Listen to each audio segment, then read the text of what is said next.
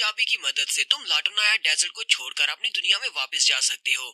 तो लीजी वहीं पर रेस्ट करने के बाद वहां से बाहर चला जाता है। वो गांव के बाहर खेत में लेटा होता है और वहीं पर अपनी विंडो के स्टैट्स को घूर घूर कर देख रहा होता है। लीजी कहता है, मुझे अभी तक इस बारे में नहीं पता कि अचानक से मैं इस गेम के अंदर कैसे फंस गया, लेकिन अब शुक्र है कि मेरे पास एक मिशन है। मुझे पता है कि मुझे करना क्या है और मैं कैसे इस गेम से बाहर निकल सकता हूँ। मुझे जल्दी से जल्दी खोए हुए टेम्पल को ढूंढना होगा और नेब्रस को हराना होगा। उसके बाद मैं इस गेम को छोड़कर जा सकता हूँ। जीलिया भी वहीं पर लेटा होता है। किसी वक्त उसे साइड से सैली की आवाज आती है। सैली उसे दूर से चिल्लाकर कहती है, जीला तुम यहाँ पर क्या कर रहे हो? मैं तुम्हें कब से ढूंढ रही थी। तुम्हें तो घर में होना चाहिए था, आराम करना चाहिए था। लीजी उसे कहता है, मेरे जख्म हील हो चुके हैं, मैं ठंडी हवा लेने के लिए बाहर चला आया। मैं सारा दिन बिस्तर के ऊपर तो नहीं गुजार सकता। लीजी भी उठकर खड़ा हो जाता है और सामने की तरफ इशारा करते हुए उसे कहता है, यहाँ पर सामने जो डेजर्ट दिखाई दे रहा है, क्या इसी को लाटोनाया डेजर्ट कहा जाता है? सैली उसे कहती है, हाँ तुम इसे लाटोनाया डेजर्ट कह सकते हो, लेकिन असल में बात ये है कि ये सारे का सारा एरिया ही लाटोनाया डेजर्ट है। हम लोग इस वक्त जिस विलेज में है ये भी लाटोनाया डेजर्ट के अंदर है। ये तो सिर्फ एक छोटा सा गांव है जो कि लाटोनाया डेजर्ट के सेंटर में है। हमारे चारों तरफ लाटोनाया डेजर्ट है। हम लोग चारों तरफ चाहे जिस तरफ भी चले जाए, हम इस डेजर्ट को पार करके नहीं जा सकते। लीजी उसकी बात सुनने के बाद चारों तरफ घूमता है तो वाकई में चारों तरफ डेजर्ट होता है, जबकि उसके डेजर्ट में ये छोटा सा गाँव है। लीजी उसे कहता है, अगर वाकई में यहाँ पर चारों तरफ ये डेजर्ट है तो इसका मतलब उस खोए हुए टेम्पल ऑफ टैबरी को ढूंढना बहुत ज्यादा मुश्किल हो सकता है। सैली उसे कहती है, क्या तुम वाकई में उस खोए हुए टेम्पल को ढूंढने के लिए जाने वाली हो? हमने कहा था कि ऐसा मत करो क्योंकि कोई भी उसको नहीं ढूंढ पाया। लीजी उसे कहता है, मुझे यहाँ पर अपनी बाकी की सारी जिंदगी नहीं गुजारनी, मुझे यहाँ से वापस जाना है। इसी वजह से मुझे टेम्पल ऑफ कैबरी को ढूंढना पड़ेगा। सैली उसे कहती है, ऐसा कोई टेम्पल है ही नहीं। बहुत सारे लोगों ने उसे ढूंढने की कोशिश की है, लेकिन कोई भी इस जगह को छोड़कर उस टेम्पल को नहीं ढूंढ पाया और कभी जिंदा वापस नहीं आया। अगर तुम भी इस डेजर्ट के अंदर जाओगे तो किसी पावरफुल दुश्मन के हाथों मारे जाओगे।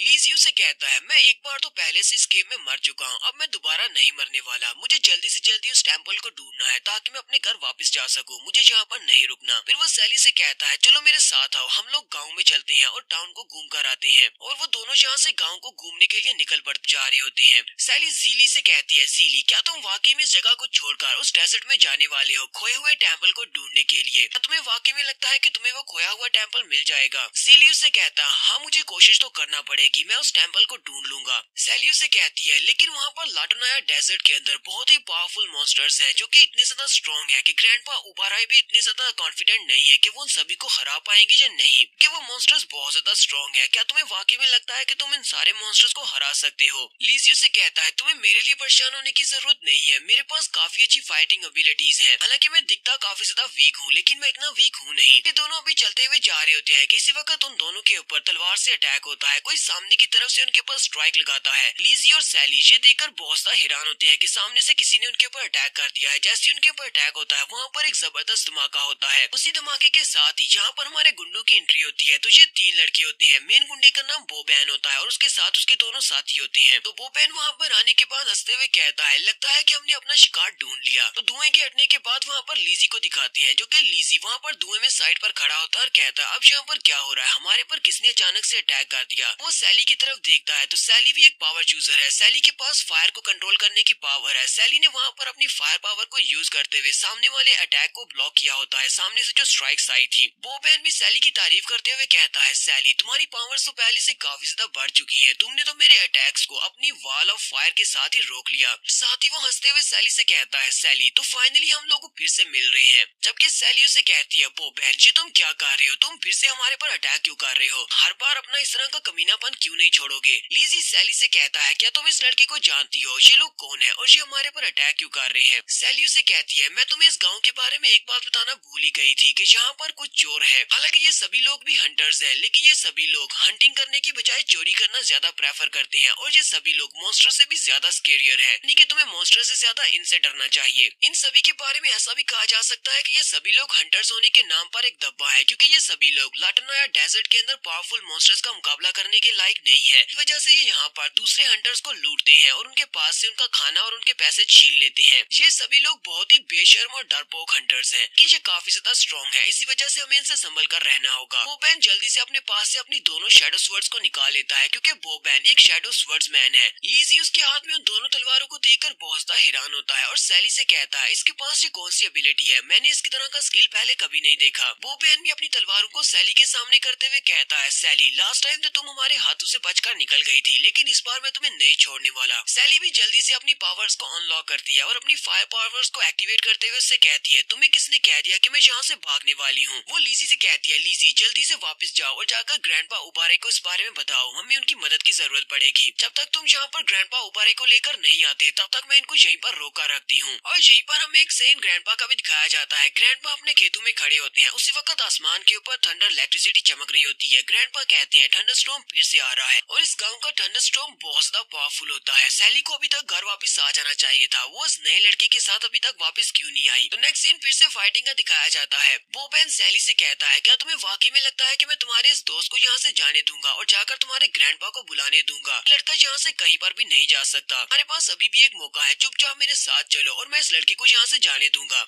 वैसे मुझे पता नहीं है कि ये बेवकूफ लड़का कौन है, मैंने पहले कभी इसे अपने विलेज में नहीं देखा। सैली आगे बढ़ती है और कहती है, अपनी बकवास बंद करो, मैं कभी भी तुम्हारे साथ नहीं जाने वाली। वो बहन गुस्से के साथ उसे कहता है, तो फिर ठीक है, इसके बाद दोबारा मुझे मत कहना कि मैंने तुमसे पहले ये नहीं कहा था। तो अब मुझे यहाँ पर फाइट करके तुम्हें जीतना पड़ेगा। सैली लीजी से कहती है, मैं यहाँ पर इनको रोकने के लिए कोई ना कोई तरीका सोच लूंगी, मैं यहीं पर इनको रोका रखूंगी, तुम जल्दी से यहाँ से निकलो। लीजी उसे कहता है, नहीं मैं यहाँ से नहीं जाने वाला। लीजी उसे कहती है, इस बात का क्या मतलब है कि तुम यहाँ से नहीं जाने वाले? लीजी उसे कहता है, मैंने अपनी डिक्शनरी के अंदर से एस्केप वर्ड को मिटा दिया है क्योंकि मेरी डिक्शनरी में एग्जिट का वर्ड है ही नहीं। हालांकि हम लोगों को यहाँ पर मिले हुए अभी ज्यादा टाइम नहीं हुआ, लेकिन तुम लोगों ने मेरी जान बचाई है, मेरे जख्मों को हील किया और मेरे साथ बहुत ही अच्छे से पेश आए। मैं तुम्हें यहाँ पर छोड़कर नहीं जा सकता क्योंकि मैं एक ऐसा इंसान हूँ जो कि अपने कॉमरेड्स को कभी भी छोड़कर नहीं जाता। तो लीजी भी यहाँ पर अपनी ही तारीफें कर रहा होता है और सैली के सामने डायलॉग्स मार रहा होता है कि उसी वक्त बोबैन बड़ी स्पीड से आगे बढ़ता है और लीजी के चेहरे पे अपना हाथ रखते हुए उसे पीछे की तरफ दबा देता है और दरख्त के साथ जाकर उसे टकराता है। क्योंकि बोबैन एक शैडो स्वर्ड्समैन है, इसी वजह से उसकी स्पीड बहुत ज्यादा है। वो बड़ी स्पीड के साथ लीजी को पीछे वाले पेड़ के साथ जाकर टकराता है और वो लीजी से कहता है, कचरे कहीं के, तुम्हें क्या लगता है कि तुम हो कौन? क्या तुम कोई हीरो हो जो कि यहाँ पर इस लड़की को बचाने वाले हो? मुझे तो तुम बस एक कमजोर से इडियट दिखाई देती हो, तुम्हारे पास इतनी स्ट्रेंथ नहीं है, तुम तो यहाँ पर अपने आप को प्रोटेक्ट नहीं कर सकते, तो फिर इस लड़की को क्या बचाओगे? तुम यहाँ पर कुछ ज्यादा ही बड़े बड़े डायलॉग्स मार रहे हो। इस गाँव के अंदर हम लोग यहाँ पर अपना मुंह नहीं चलाते बल्कि अपनी स्ट्रेंथ को शो करवाते हैं, अपने हाथ चलाते हैं। अगर तुम्हारे पास स्ट्रेंथ है तभी तुम इस गाँव में टिक पाओगे। लीजी जल्दी से अपने हाथ को आगे बढ़ाता है और उसके हाथ को पकड़ लेता है। वो उसको कलाई से पकड़ता है और साथ ही अपनी मुट्ठी को बंद कर रहा होता है जिससे वो काफी ज्यादा जोर डाल रहा होता है। बोबैन भी इस बात से बहुत ज्यादा हैरान हो जाता है। लीजी उसे कहता है, अगर तुम्हें स्ट्रेंथ चाहिए तो फिर मैं तुम्हें दिखाता हूँ कि मेरे पास कितनी स्ट्रेंथ है। साथ ही वो बोबैन से कहता है, क्या तुम्हें लगता है कि तुम स्ट्रॉन्ग हो? लीजी उसके हाथ को पकड़कर अपने चेहरे को उससे आजाद करवा लेता है और उसके हाथ को दबाते हुए उससे कहता है, तुम यहाँ पर कह रहे हो कि तुम लोग यहाँ पर स्ट्रेंथ को यूज करते हो, लेकिन फिर भी तुमने यहाँ पर मेरे ऊपर स्नीक अटैक किया। जब मैं उससे बात कर रहा था तब तुमने अचानक से मेरे ऊपर अटैक किया। तुम तो एक बहुत ही घटिया फाइटर हो। और फिर साथ ही लीजी उसके चेहरे पर एक जबरदस्त पंच मारने की कोशिश करता है, लेकिन बोबैन भी जल्दी से जंप करते हुए पीछे की तरफ हट जाता है और उसके पंच को अवॉइड कर लेता है। साथ ही उसने अपने हाथ को भी पकड़ा होता है। बोबैन अपने हाथ की तरफ देखता है और कहता है, ये लड़का तो काफी ज्यादा स्ट्रॉन्ग निकला। इस लड़की ने सिर्फ अपने एक हाथ के साथ ही मेरे हाथ को मोड़ते हुए मेरे हाथ को डिसलोकेट कर दिया है। जबकि लीजी भी इसी बारे में सोच रहा होता है। लीजी कहता है, ये बंदा तो काफी ज्यादा फास्ट है, हालांकि मैंने अपने सारे पॉइंट्स को एजिलिटी में ऐड किया था, इसकी वजह से मेरी एजिलिटी काफी ज्यादा है, लेकिन फिर भी इसकी स्पीड और एजिलिटी मुझसे ज्यादा है। सैली लीजी से पूछती है, लीजी क्या तुम ठीक हो? ली उसे कहता, हाँ मैं बिल्कुल ठीक हूँ, मुझे कुछ भी नहीं हुआ।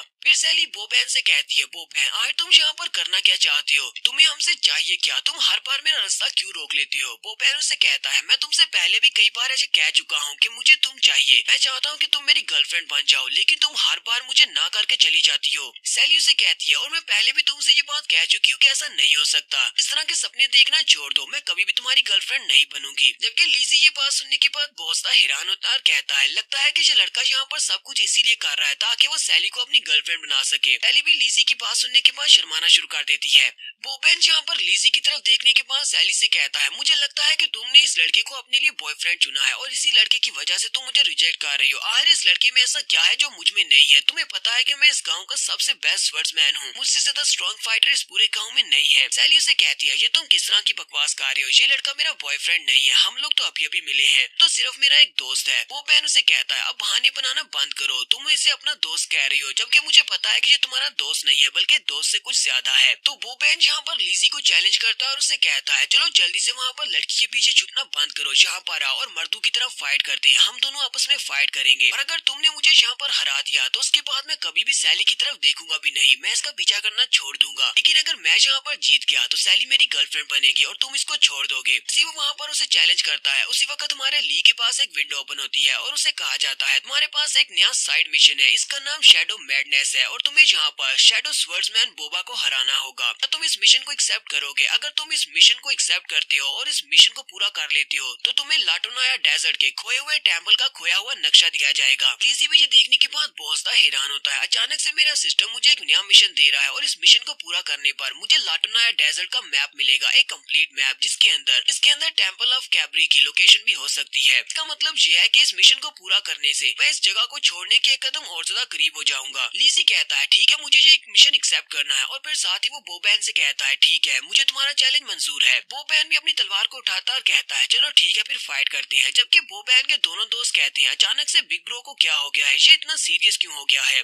सैली लिज़ी से कहती है लिज़ी क्या तुम वाकई में श्योर हो कि तुम इसको हरा सकते हो? पर मुझे तो नहीं लगता कि तुम इसको हरा पाओगे क्योंकि हमारे गांव में ये सबसे बेस्ट शैडो स्वर्ड्समैन है। लिज़ी उसकी बात सुनने के बाद कहता है मैंने कभी शैडो स्वर्ड्समैन के साथ फाइट नहीं की, क्या ये वाकई में स्ट्रॉन्ग होते हैं? सैली उसे कहती है शैडो स्वर्ड्समैन के पास स्ट्रेंथ कम होती है क्योंकि इनका मेन पॉइंट स्पीड होती है। ये लोग यहाँ पर शैडोज की पावर को यूज कर सकते हैं, अपने क्लोन्स क्रिएट कर सकते हैं और सबसे स्पेशल एबिलिटी इनकी स्पीड होती है। लेकिन ऐसा कहना भी गलत होगा कि इनके पास स्ट्रेंथ नहीं होती, इनके पास स्ट्रेंथ होती है और वो काफी ज्यादा होती है। अगर ये अपनी स्पीड के साथ अपनी तलवारों की स्ट्रेंथ को कंबाइन करें तो इनकी स्ट्रेंथ बहुत ज्यादा बढ़ जाती है। इसी वजह से तुम्हें इसकी तलवार के अटैक से बचना होगा, यहाँ पर बहुत ही पावरफुल फोर्स निकल सकती है, ये बड़ी आसानी से तुम्हें मार सकता है। लिज़ी उसे कहता है तो इस बात से क्या फर्क पड़ता है, मैं तो पहले भी एक बार मार चुका हूँ। और फिर साथ ही वो आगे बढ़ता है उसके ऊपर अटैक करने के लिए। तो वो दोनों ही बड़ी स्पीड से एक दूसरे के ऊपर अटैक करने के लिए आगे बढ़ते हैं। लिज़ी फाइट करते हुए यही सोच रहा होता है मुझे तो इस बारे में सोचकर ही हैरानी होती है कि मेरी एक परफेक्ट लाइफ में मेरे पास सब कुछ था, सिर्फ एक गेम की वजह से बर्बाद हो चुकी है। अब मैं यहाँ पर आकर फंस चुका हूँ, मुझे यहाँ पर सरवाइव करना पड़ेगा जिंदा रहने के लिए ताकि मैं बाहर जा सकूँ। लिज़ी कहता है अब जबकि मुझे पता है कि मैं यहाँ से निकल सकता हूँ तो मुझे सिर्फ इस बंदे को हराना होगा। लिज़ी सामने की तरफ एक पंच मारता और कहता है मुझे नहीं लगता कि इस लड़के को हराना ज्यादा मुश्किल हो सकता है, इसे आसानी से हरा दूंगा और उसके बाद मुझे एक मैप मिलेगा, उस मैप को फॉलो करते हुए मैं टेम्पल ऑफ कैबरी को ढूंढ लूंगा और इस जगह को छोड़कर जा सकता हूँ। तो जैसे ली उसके ऊपर पंच मारता है तो बोबैन अपनी शैडोज की पावर को यूज करते हुए जल्दी से घूमकर उसके पीछे वाली साइड पर चला जाता है। तो ली और बोबैन कर रहे हैं। लिज़ी के पास तो एक मिशन है कि उसे यहाँ पर बोबैन को हराना है, तो उसे खोया हुआ मैप मिलेगा कि बोबैन के पास एक वजह है लिज़ी को हराने की कि अगर वो यहाँ पर इसको हरा देगा तो बदले में उसे सैली मिलेगी। दोनों यहाँ पर इस फाइट में अपना जी जान लगाने वाले हैं। लिज़ी सबसे पहले आगे बढ़कर बोबैन के चेहरे के ऊपर पंच मारने लगता है, लेकिन बोबैन अपनी शैडोज की पावर को यूज करते हुए जल्दी से घूमकर उसके पीछे वाली साइड पर चला जाता है। तो लिज़ी भी हमारा जल्दी से पीछे की तरफ घूमता है और अपने पाँव को घुमाते हुए उसे एक जबरदस्त किक मारने की कोशिश करता है, लेकिन बोबैन बड़ी आसानी के साथ उसके पाँव के अटैक को भी अवॉइड कर लेता है। बोबैन क्योंकि एक शैडो स्वर्ड्समैन है, इसी वजह से वो यहाँ पर शैडोज की पावर को यूज कर सकता है। वो अपने मल्टीपल शैडोज क्रिएट कर सकता है और शैडो मूवमेंट्स को भी यूज कर सकता है। तो बड़ी स्पीड के साथ शैडोज के साथ पीछे की तरफ हट जाता है। तो बोबैन पीछे हटने के बाद सैली से कहता है सैली तुम्हारा बॉयफ्रेंड तो बहुत ज्यादा वीक है, इसके बदले में तुम्हें मुझे चूज करना चाहिए था, तुमने एक बहुत ही कमजोर लड़के को अपना बॉयफ्रेंड चुना है। ली भी इस बात से काफी ज्यादा हैरान होता है। ली कहता है ये बंदा कब से मेरे अटैक को सिर्फ डिफेंड ही कर रहा है, ये मेरे ऊपर अटैक क्यों नहीं कर रहा? कहीं ऐसा तो नहीं है कि ये यहाँ पर कोई और प्लान बना रहा है, या फिर ऐसा है कि इसकी अटैक पावर कम है इसी वजह से ये मेरे ऊपर अटैक नहीं कर रहा। सैली फिर से आगे बढ़ती है और ली से कहती है ली मुझे लगता है कि तुम्हें अभी भी यहाँ से वापस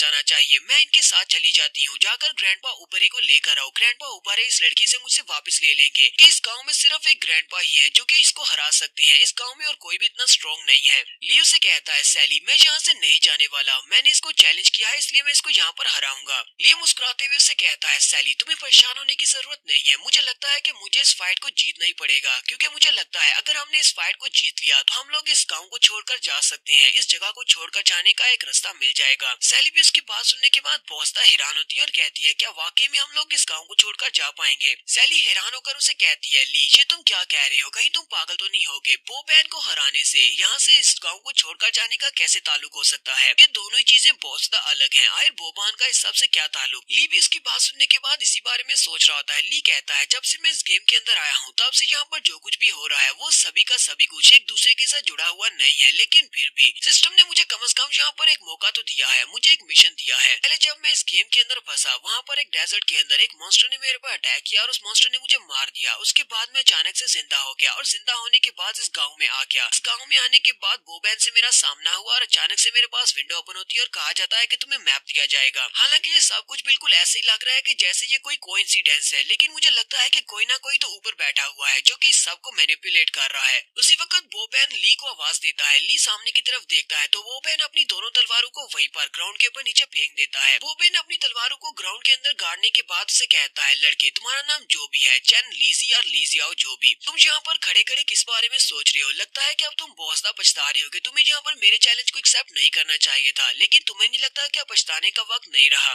लीजी उसे कहता है, तुम्हें किसने कह दिया कि मैं यहाँ पर तुमसे डर रहा हूँ? डर तो तुम रहे हो, तुम्हारे ऊपर डायरेक्ट अटैक कर रहा हूँ, लेकिन तुम सिर्फ डिफेंडिंग के अलावा कुछ भी नहीं कर रहे। तुम्हें वाकई में इतना ज्यादा डर लग रहा है कि तुम मेरे ऊपर अटैक करके मुझे हरा नहीं पाओगे, और तुमने अपने वेपन्स को क्यों छोड़ दिया है? कहीं ऐसा तो नहीं है कि तुम मुझसे डर रहे हो? बोबैन उसे कहता है, नहीं, मैं तुमसे डर नहीं रहा, मैं तो बस इस बारे में सोच रहा हूँ कि तुम्हारे जैसे कचरे के साथ, जिसके पास कोई वेपन भी नहीं है, उसके साथ फाइट करने से मेरी शान में कमी आएगी। इसलिए मैंने सोचा है क्यों ना हम लोग यहाँ पर एक बराबरी का मुकाबला करें। और फिर साथ ही वो अपनी दोनों तलवारों में से अपनी एक तलवार को उखाड़ता है और कहता है, ये लो मेरी एक तलवार, तुम यूज कर सकते हो। कहीं ऐसा ना हो कि गाँव वाले इस बारे में सोचे कि यहाँ पर बोबैन जो कि गाँव का सबसे स्ट्रॉन्गेस्ट फाइटर है, उसने एक कमजोर से लड़के को बुली किया है। यहाँ पर हम दोनों में फेयर फाइट होनी चाहिए, तुम्हारे पास भी एक वेपन होना चाहिए। वो अपनी तलवार को उसकी तरफ फेंक देता है। लीजी उसकी तलवार को कैच कर लेता है और कहता है, ये तो बहुत ही अच्छा हो गया। बोबैन के दोनों साथी भी ये देखकर बहुत ज्यादा हैरान होते हैं और कहते हैं, लगता है कि हमारा बॉस इस बार कुछ ज्यादा ही सीरियस है, कि इसने ये काम तो कुछ ज्यादा ही अच्छा कर दिया। टैली भी सोच रही होती है, चलो शुक्र है कि इसने अपनी तलवार तो उसको दे दिया। तो ली उसकी तलवार को अपने हाथ में पकड़ने के बाद उसे कहता है, तुम्हें देखकर लगता तो नहीं है कि तुम एक ऐसे इंसान हो जो कि रूल्स को फॉलो करते होगे। तुम तो शक्ल से एक डबोरी लगते हो, लेकिन फिर भी तुम्हारा बहुत बहुत शुक्रिया कि तुमने अपनी एक तलवार मुझे दे दी। मैं उस अटैक को नहीं भूल सकता अभी थोड़ी देर पहले जो तुमने मेरे पर स्नीक अटैक किया था। वो बेन चिल्लाकर उसे कहता है, कौन सा स्नीक अटैक? मैंने कोई स्नीक अटैक नहीं किया, तुम्हारा ही ध्यान मेरी तरफ नहीं था, मैं तो बस वहाँ पर उस लड़की के सामने शो ऑफ कर रहा था। लियो से कहता है, अच्छा ठीक है, अब रोना बंद करो, चलो फिर हम यहाँ पर फाइट करते हैं। जबकि हम दोनों के पास ही वेपन्स हैं, तो फिर यहाँ पर हम दोनों फाइट करते हैं, जो भी जीते या हारे के बाद रोना मत। ली कहता है, चाहे कुछ भी हो जाए मुझे यहाँ पर इसको हराना ही पड़ेगा, क्योंकि मुझे वो नक्शा चाहिए। जबकि वो बहन उसे कहता है, चलो मैं तुम्हें यहाँ पर दिखाता हूँ कि आखिर शैडो एबिलिटी की रियल पावर क्या होती है। ली बड़ी स्पीड से भागता हुआ आगे की तरफ बढ़ता है बो बहन के ऊपर अटैक करने के लिए, जबकि बो बहन वहीं पर खड़ा होता मुस्कुरा रहा होता है। ली जैसे ही अपनी तलवार को घुमाते हुए उसके ऊपर अटैक करता है, बो बहन की बॉडी वहीं पर शैडो में चेंज हो जाती है, और वो शैडो में चेंज होने के बाद अपनी तलवार को घुमाते हुए ली के ऊपर अटैक कर देता है। ली भी अपनी तलवार को सामने करते हुए बड़ी जल्दी से उसके अटैक को ब्लॉक करता है, क्योंकि अगर वो उसके अटैक को ब्लॉक नहीं करेगा तो वो मारा जाएगा। तो ली उसके अटैक को ब्लॉक करके सामने की तरफ ही देख रहा होता है कि उसी वक्त बो बहन की आवाज उसे पीछे से आती है। बो बहन उसे कहता है, ली तुम कहाँ पर देख रहे हो? चैन ली जाओ, जल्दी से पीछे की तरफ देखो। ली पीछे की तरफ देखता है तो बो बहन उसके पीछे की तरफ भी होता है, क्योंकि बो बहन ने यहाँ पर अपना सेकंड क्लोन भी जनरेट किया है, और वो दोनों क्लोन्स उसके ऊपर अटैक कर रहे हैं। एक उसके ऊपर सामने से उसके ऊपर अटैक करके उसको ब्लॉक कर रहा है, जबकि दूसरा उसके पीछे वाली साइड से उसके ऊपर अटैक करता है। ये जल्दी से सामने वाले को सामने की तरफ धक्का देता है और अपनी तलवार को घुमाते हुए पीछे की तरफ करते हुए पीछे वाले के अटैक को ब्लॉक करता है। और साथ ही यहाँ पर बो बहन अपनी शैडो मूवमेंट्स को यूज कर रहा है, तो ली को यहाँ पर कुछ भी समझ नहीं आ रही कि कब वो कहाँ से अटैक कर दे, क्योंकि वो शैडोज की पावर को यूज कर सकता है। सैली भी इस बात से बहुत ज्यादा घबरा जाती है और कहती है, अब यहाँ पर क्या होने वाला है। ली ने जैसे वहाँ पर उसके अटैक को ब्लॉक किया था, बो बहन पीछे वाली साइड पर आकर उसके कंधे के ऊपर एक स्ट्राइक लगाकर पीछे हट जाता है। इस वजह से ली का कंधा जख्मी हो जाता है और उसका ब्लड निकलना शुरू हो जाता है। साथ ही ली के पास विंडो ओपन होती है और उसे कहा जाता है, तुम्हारी एचपी 300 पॉइंट्स के हिसाब से कम हो गई है, अब तुम्हारे पास सिर्फ 700 पॉइंट्स एचपी रह गई है। अगर तुम्हारी एचपी 300 से कम हो जाती है, तुम्हारा ये मिशन ऑटोमेटिकली फेल हो जाएगा।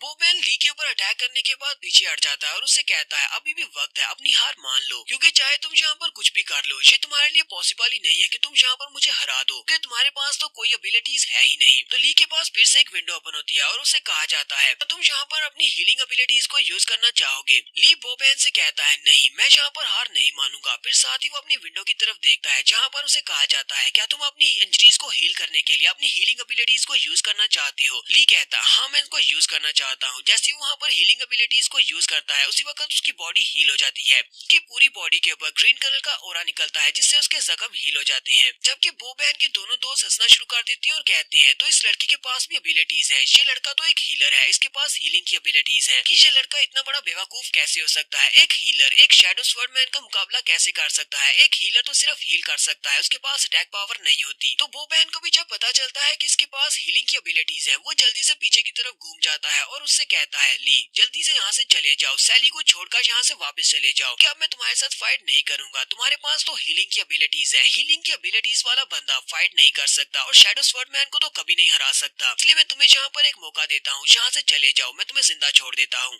लियो से कहता है, मुझे लगता है कि तुम्हें बहुत ज्यादा डर लग रहा है कि कहीं कोई हीलर तुम्हें यहाँ पर हरा ना दे और सैली के सामने तुम्हारी इंसल्ट हो जाए। वो बहन उसकी बात सुनने के बाद बहुत ज्यादा गुस्सा हो जाता है और उसे कहता है, अभी अभी तुमने क्या बकवास की। लियो से कहता है, मैंने कहा कि यहाँ पर मेरा टाइम वेस्ट करना बंद करो, अगर फाइट करनी है तो मुझसे फाइट करो। और वो जल्दी से अपनी तलवार को उसके सामने करता है, जबकि वो बहन भी वहीं पर रुक जाता है और कहता है, चलो ठीक है, लगता है कि तुम्हें मरने की बहुत ज्यादा जल्दी है, तो फिर तुम्हें मौत दे देते हैं। और वो वहीं पर अपने शैडो क्लोन्स क्रिएट करता है। इस बार वो अपने दो शैडो क्लोन्स बना लेता है, उसके शैडो क्लोन्स भी बिल्कुल उसी के जैसे होते हैं। ली भी ये देखकर बहुत ज्यादा हैरान होता है। ली कहता है, इसने तो अपने आप को 3 में चेंज कर लिया, अब मुझे यहाँ पर 1 से नहीं बल्कि 3 से फाइट करना पड़ेगी। इसकी एबिलिटी तो वाकई में बहुत ज्यादा अच्छी है। शैडो स्वर्ड्समैन की एबिलिटी ये काफी ज्यादा बेहतर है मेरी एबिलिटी से, तो मेरे पास तो कोई एबिलिटी है भी नहीं। ली यहाँ पर हिसाब लगा रहा होता है। ली कहता है, ये अपने शैडोज को एक साथ यूज कर सकता है। पहले इसने मेरे पर अटैक किया सामने की तरफ से, लेकिन असल में वो ये नहीं था बल्कि इसका शैडो क्लोन था, और उसी वक्त इसकी रियल बॉडी ने पीछे वाली साइड से मेरे पर अटैक किया। अब इसके पास 3 क्लोन्स हैं, तो ये तीनों तरफ से मेरे पर अटैक कर सकता है, और मुझे लगता है कि ये अपने शैडोज के साथ अपनी पोजीशन को भी स्वाप कर सकता है। लगता है कि इस शैडो स्वर्ड्समैन के साथ फाइट करना काफी ज्यादा मुश्किल हो सकता है। वो बेंच यहाँ पर कहता है, मुझे तुम्हारे पर बहुत ज्यादा तरस आ रहा है कि तुम एक बेवकूफ हो जो कि एक हीलर की तरह अवेकन हुए हो। तुम्हारे पास हीलर्स की एबिलिटी है, फिर भी तुम यहाँ पर मुझसे फाइट करना चाहते हो। अब जबकि तुम यहाँ पर मुझसे फाइट ही करना चाहते हो, तो मैं तुम्हें यहाँ पर अपनी रियल स्ट्रेंथ दिखाता हूँ। मैं चाहता हूँ कि तुम्हारे मरने से पहले मैं तुम्हें अपना स्पेशल मूव दिखाऊं। मेरा स्पेशल मूव जिसका नाम शैडो असैसिन इनविंसिबल अटैक है, वो मैं तुम्हें दिखाता हूँ। लियो से कहता है, हाँ क्यों नहीं, चलो मैं भी वो देखना चाहता हूँ। मरने से पहले आखिरी बार तुम अपने उस मूव को मुझे दिखा सकते हो। और ली बड़ी स्पीड के साथ उसके ऊपर अटैक करने के लिए आगे बढ़ता है, जबकि बोबैन उसके सामने बड़े आराम से खड़ा होता है, और वहीं पर खड़े खड़े वो अपने एक शैडो क्लोन से कहता है, जाओ और जाकर उस पे अटैक करो। और वो शैडो क्लोन बड़ी स्पीड से आगे बढ़ता है, जबकि बाकी के दोनों वहीं पर होते हैं। तो ली जो कि अपनी तलवार लेकर उसके ऊपर अटैक करने के लिए आगे बढ़ रहा होता है, वो वाला शैडो क्लोन वहीं पर बीच में उसे रोक लेता है और उसकी तलवार के साथ अपनी तलवार को टकराता है। शैडो क्लोन की पावर भी बोबैन की पावर के बराबर ही होती है। वो ली के अटैक को ब्लॉक करने के बाद उसे पीछे की तरफ झटक देता है, और साथ ही वो अपनी तलवार को घुमाते हुए ली के ऊपर अटैक करता है। ली उसके अटैक को अवॉइड करता है, फिर ली अपनी तलवार को घुमाते हुए उसके ऊपर अटैक करता है, लेकिन शैडो क्लोन फिर से उसके अटैक को वहाँ पर ब्लॉक कर लेता है।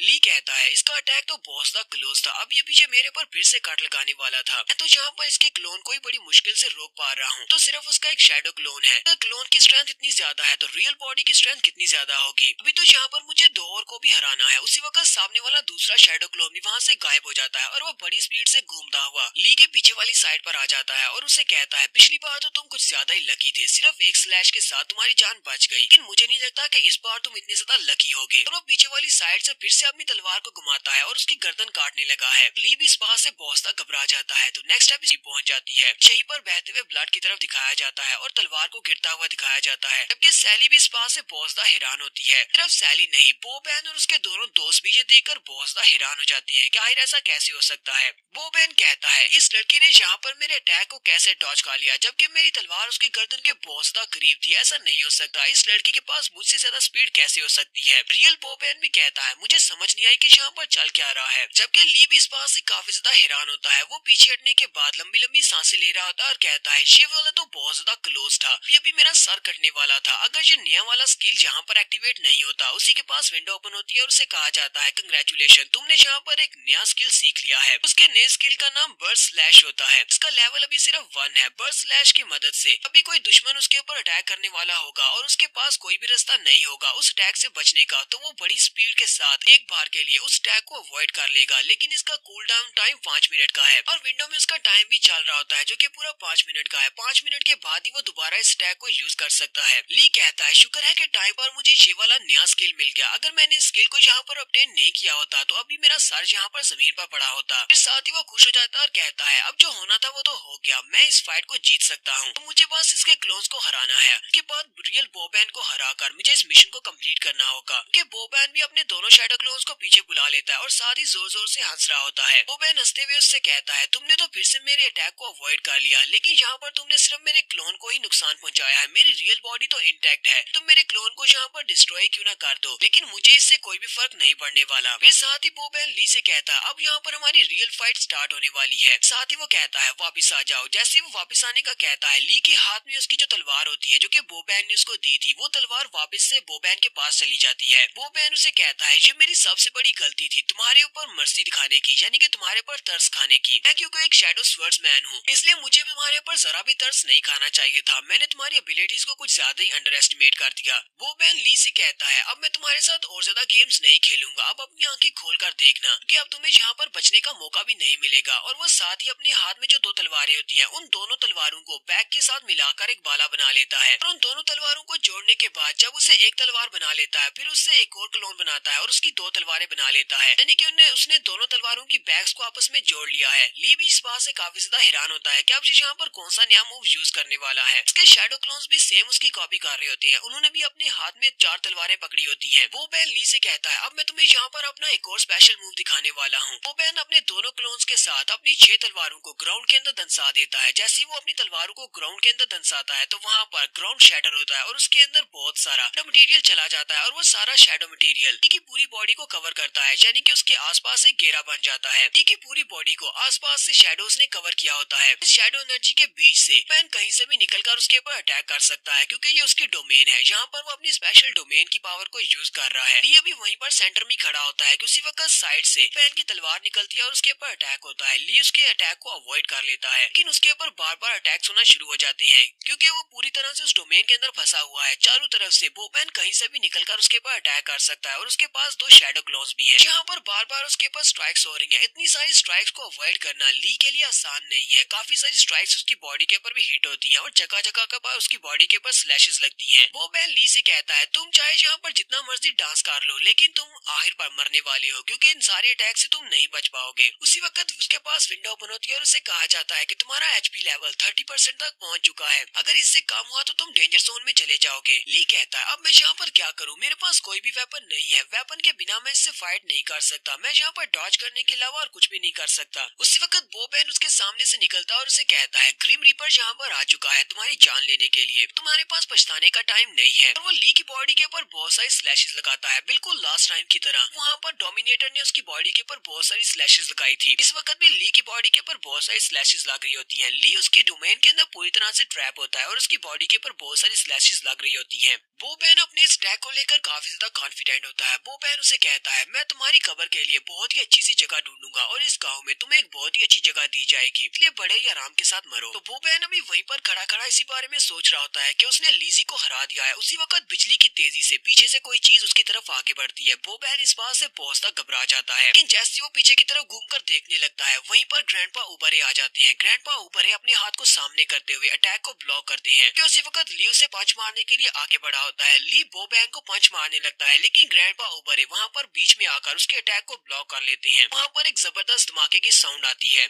सैली और बोबैन के दोस्त पीछे देखकर बहुत ज्यादा हैरान हो जाते हैं, जबकि बोबैन बहुत ज्यादा घबराया हुआ होता है। उससे भी यहाँ पर टेरिफाइंग पावर महसूस होती है। ग्रैंडपा ने वहाँ पर आने के बाद ली के अटैक को तो ब्लॉक कर लिया है, लेकिन उन्हें भी पावर महसूस हो रही होती है कि ली के पंच में कितनी ज्यादा पावर है। उनसे कहते हैं अब बस बहुत हो गया, तुम सभी की फाइट यहीं पर खत्म होने वाली है। साथ ही आसमान के ऊपर थंडरस्टॉर्म्स चमकना शुरू हो जाते हैं और बारिश भी होना शुरू हो जाती है। तो ली वहाँ पर ग्रैंडपा को देखने के बाद पीछे हट जाता है और इस फाइट को एंड कर देता है। ग्रैंडपा ली से कहते हैं लीजी अब बस करो, फाइट खत्म हो चुकी है, मेरे साथ घर वापस चलो। एली भागते हुए आगे बढ़ती है और ली से कहती है ली क्या तुम ठीक हो? ली से कहता है हाँ मैं बिल्कुल ठीक हूँ, बस मेरी बॉडी के ऊपर थोड़ी सी छोटी मोटी चोटें हैं। ग्रैंडपा उन दोनों बच्चों को अपने साथ लेते हैं और कहते हैं चलो वापस घर चलते हैं, ये बहुत ही जल्दी थंडरस्टॉर्म आने वाला है। बोबैन अभी वहीं पर खड़ा होता है, वो जोर जोर से हंसना शुरू कर देता है और उनसे कहता है ग्रैंडपा ओवरएक, तुम्हें लगता है कि तुम यहाँ पर इन दोनों बच्चों को लेने के लिए आए हो तो तुम्हारे आने के बाद कुछ बदल जाएगा, तुम्हें लगता है कि तुम यहाँ से इन दोनों को लेकर जा सकते हो। ग्रैंडपा उसकी बात सुनने के बाद वहीं पर रुक जाते हैं और उसे कहते हैं बोबैन अपनी बकवास बंद करो, अगर मैं इस लड़के के पंच को यहाँ पर रोकता नहीं तो अब तक तुम मर चुके होते। बोबैन भी ग्रैंडपा की बात सुनने के बाद बहुत ज्यादा घबरा जाता है, वो इस बात को मानने को तैयार नहीं है। हालांकि उसे भी उस वक्त वो पंच की टेरिफाइंग पावर महसूस हुई थी। वो कहता है मुझे नहीं लगता कि ग्रैंडपा यहाँ पर झूठ बोल रहे हैं, मुझे भी उस वक्त महसूस हुआ था कि उसके पंच में बहुत ज्यादा स्ट्रेंथ है। साथ ही बोबैन ग्रैंडपा से कहता है तुम बस यहाँ पर झूठ बोल रहे हो, ये क्या बकवास कर रहे हो, ये लड़का तो एक हीलर है, एक हीलर यहाँ पर स्वर्ड्समैन को कैसे हरा सकता